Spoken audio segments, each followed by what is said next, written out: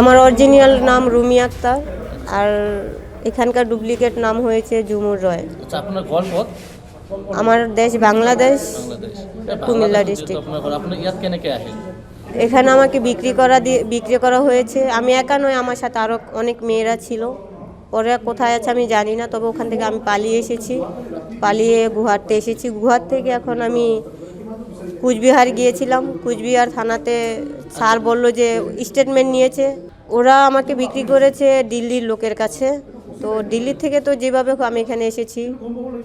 তো আমি যেটা বলতে চেয়েছি যে আমাকে কুচবিহার থানাতে গিয়েছিলাম, ওখানের বাবু সব স্টেটমেন্ট নিয়ে বললো যে তুমি গৌরীপুর থানাতে যাও, আমরা এখানে কিছু করতে পারবো না, গৌরীপুর থানার লোক করতে পারবে। যখন গৌরীপুর থানা পুলিশ স্টেশনে এসেছিলাম, তখন যাওয়ার পরে রাত্রি 9:30 বাজে আমি বাবুকে বললাম বড় বাবু আছে, উনি বললো যে নেই। তো তুমি কি চাও? আমি বললাম যে আমি বাঙালি, আমি দেশে যেতে চাই।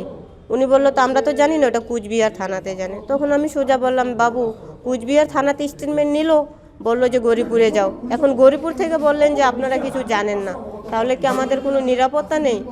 উনি এরকম বললো না যে মেয়ে মানুষ কোথায় যাবে রাত্রে করে একা, এখানে থাক। উনি কিছুই বলেনি। যখন আমি রাত্রে বের হয়েছি, ওটা কি মোড় বলে যেন, ওখান থেকে আমাকে এক দাদা আমাকে বললো যে তুমি এখানে কিসের জন্য। পরে বললাম যে আমার এরকম সমস্যা, আমি দেশে যেতে চাই। তখনই আমাকে হসপিটালে এনে রেখে দিয়ে গেছে যে তুমি এখানে সেফটিতে থাকবে। ওটার নাম কি পোপোলা হসপিটাল। হ্যাঁ, গৌরীপুর থানা থেকে তাড়িয়ে দেওয়া হয়েছে। বলছে আমাকে কোনো হেল্প করতে পারবে না, ওটা কুচবিহার থানা করতে পারবে। মানে দুটো থানা, এক থানা আরেক থানাকে মানে করছে, ধাক্কাধাক্কি করছে। এটা যদি এখন অবৈধ কোনো কিছু হতো, পয়সার কোনো কিছু হতো, তাহলে বলতো কি যে ঠিক আছে এটা আমরা দেখছি, ওনারা বলবো যে ওনারা দেখছে। এখন একটা মানুষ হেল্প পেয়েছে, তো অথচ তারা কোনো হেল্প করছে না। আচ্ছা, আপনি অভিযোগ করলে যে আপনার বিক্রি করে দেওয়া হয়েছিল, তো কিমান দিন আগত বিক্রি করে দেওয়া হয়েছিল, আর এই কেদিন কি কথা ছিল? আমি কোনো এজেন্টকে চিনি না, তবে আমি যে লোকের মাধ্যমে এখানে এসেছি ওই লোককে ধরলে সব এজেন্ট বের হয়ে যাবে। তো আশা করছি আমি দেশে এসে আমার দেশের অনেক মেয়ে মা বোনদেরকে আমাদের মতন বিক্রি করে দিচ্ছে। আগে দেশে যাই, তারপরে দেশের মা বোনকে কীভাবে দেশে ফিরানো যায় ওটা আমার দেশে গিয়ে আমার দেশের এজেন্টের কাছে আমি বলতে পারবো। আচ্ছা, আপনার যে বিক্রি করলে তার নাম না জানে নাকি, তার চিনি না পায়? নামটা সঠিক খেয়াল নেই, মনে নেই। 2 মাস আগে তো, মানে 2-3 দিন দেখা হয়েছে। কোন জায়গায় ঘর তার? আমার ঘর না, এই যে আপনাকে বিক্রি করেছে ঢাকাতে। ঢাকাতে। আচ্ছা, এই যে এই কেদিন মানে কত ছিল, মানে কত থাকিলে এই কেদিন? এতদিন আমি ছিলাম দিল্লিতে। দিল্লি থেকে আজকে 7-8 দিন হয়েছে। ট্রেনে করে অনেক কিছু লাঞ্ছনা কষ্ট পেয়ে তারপর আমি এই পর্যন্ত এসেছি। কারণ বিক্রি করেছেন আমরা 8-9 জন ছিলাম, মানে আমাকে ছাড়া আরও 8 জন ছিল। ওরা কোথায় আছে জানি না, কিন্তু সবাইকে বিক্রি করে দিয়েছে। কারণ আমার কাছে যে ম্যাডামে আমাকে কাজে পাঠিয়েছে চেয়েছিল, আমি বলেছি যে না আমি যাব না, আমি অসুস্থ হয়ে গেছি, কাজে যেতে পারি না। তখন বললো যে কাজ করবি না, তোকে তো টাকা দিয়ে কিনে এনেছি। কত রাখিছে একেদিন? ওটা তো আমি জানি না, ওটা আমাকে বলেনি কত টাকা বিক্রি করেছে। একেদিন এখানে যেখানে দেশ থেকে মেয়েদেরকে এনে আমার দেশের দালালেরা মেয়েদেরকে এখানে ভালো কাজের জন্য বলে, স্বামীর ঘর থেকে সবার ঘর থেকে অনেক মেয়েরা কষ্ট পেয়ে কাজে আসতে চায়, এখানে এনে বিক্রি করে ব্ল্যাকমেল করে খারাপ কাজ করাচ্ছে। ওটা আমি আমার দেশের সরকারকে বলছি, আপনারা।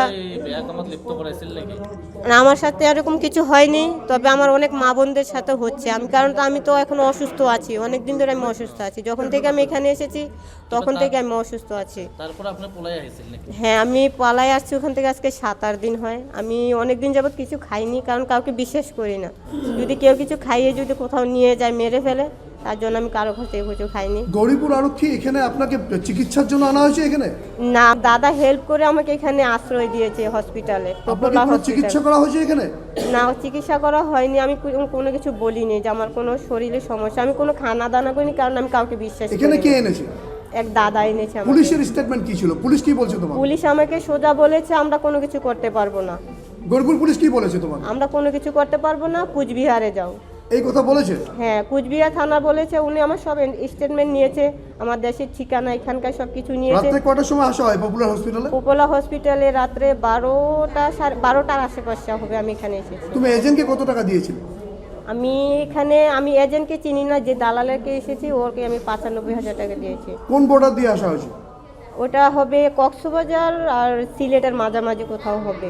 রাত্র করে নিয়েছে। রাত্রেবেলা? হ্যাঁ, অনেকখানি পথ হেঁটে পাহাড় দিয়ে তারপরে এনেছে। রাত্রেবেলা কয়জন ছিল তোমার সঙ্গে? আমার সাথে আরো 8 জন ছিল মেয়ে। 8 জন ছিল মেয়ে। আর আলাদা মেয়েগুলো কোথায়? ওরা কোথায় আছে জানি না, কারণ আমাদেরকে দিল্লি এনে আলাদা আলাদা করে দিয়েছে।